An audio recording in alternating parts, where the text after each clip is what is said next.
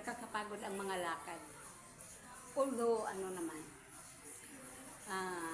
pagkatapos ng chemo ko, follow-up. Ang daming mga follow-up. Pero, ang daming schedule. Walang natuloy. Daming mga schedule, pero walang natuloy. Nakakapagod pa balik-balik. Parang gusto ko wag nang mag-report.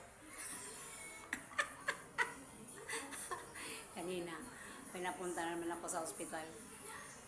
Kahapon nandun ako.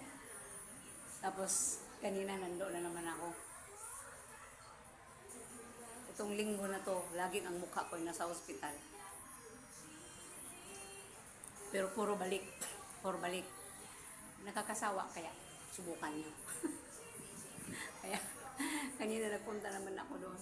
Dumating ko mga 9. 9, 10, 11, nakalabas ako, mag-11 na. 11 na pala, 11:10. Tapos yung pala, yung kinuha ko, yung mga mga summary ng ko. Pinapahintay ako ng doktor kasi inano pa niya, piniprint pa niya.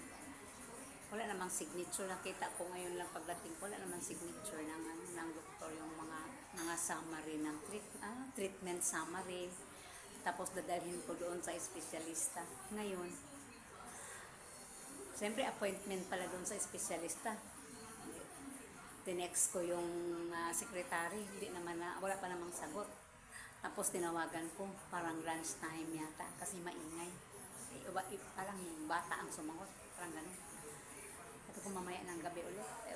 Mamaya, anong oras na? Mga 4, baka mga pa sila doon. Para matuloy-tuloy naman yung aking final check up kung kailan ulit ang balik. Nakakapagod. Karating ko lang, ang lakas-lakas pa ng ulan. Kaya kailangan mo nang manatili sa isang lugar bago makauwi. O yan, kararating ko lang. Nakakapagod. Pero kailangan ituloy-tuloy. Para maayos talaga. O, diba? Bye-bye. Have a nice day, everyone.